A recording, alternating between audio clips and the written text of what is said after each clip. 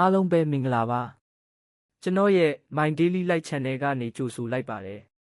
ဘဝမှာလောဘကြီးလွန်းတဲ့သူတွေဟာအချို့အချိန်တွေမှာအရာများစွာကိုရရှိတယ်လို့ပဲထင်ရပေမဲ့အမှန်တကယ်တော့အရေးကြီးတဲ့အရာတွေကိုပြန်လည်ဆုံးရှုံးသွားတတ်ပါတယ်လောဘကြီးခြင်းဆိုတာကကိုယ်မှမရှိသေးတာကိုသာအမြဲလိုချင်နေပြီးကိုယ်မှရှိပြီးသားအရာတွေကိုတန်ဖိုးမထားနိုင်တဲ့စိတ်ထားမျိုးဖြစ်ပါတယ်အဲ့ဒီလိုစိတ်ထားရှိတဲ့သူတွေဟာနောက်ဆုံးမှာဘဝအတွက်အရေးကြီးတဲ့အရာအချို့ကိုဆုံးရှုံးသွားတတ်ပါတယ်အဲ့ဒီအထဲမှာအဓိကဆုံးရှုံးရတတ်တဲ့အရာ၃ခုကိုအောက်ပါအတိုင်းနားလည်လွယ်အောင်ရှင်းပြပေးပါမယ်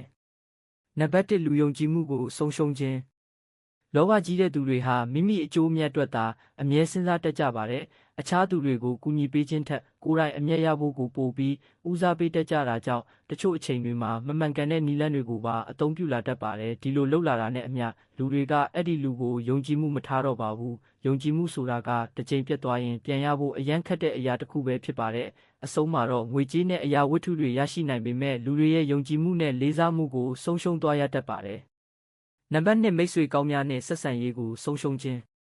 ဘဝမှာလောဘကြီးတဲ့သူတယောက်နဲ့အချိန်ကြာကြာပေါင်းသင်းခြင်းတဲ့သူဆိုတာမရှိပါဘူး။ဘာကြောင့်လဲဆိုတော့သူတို့ဟာမိတ်ဆွေတွေကိုတောင်ကိုယ့်အကျိုးအတွက်အသုံးချဖို့စဉ်းစားတတ်ကြပါတယ်။အဲ့ဒီလိုအကျိုးအတွက်ပဲပေါင်းသင်းလာတဲ့အခါမိတ်ဆွေတွေကလည်းတဖြည်းဖြည်းဝေးကွာသွားကြပါတယ်။နောက်ဆုံးမှာတော့ပစ္စည်းများကြီးရှိနေပေမဲ့ခက်ခဲတဲ့အချိန်မှာကူညီပေးမဲ့မိတ်ဆွေကောင်းတွေမရှိတော့တဲ့အခြေအနေကိုရောက်သွားတတ်ပါတယ်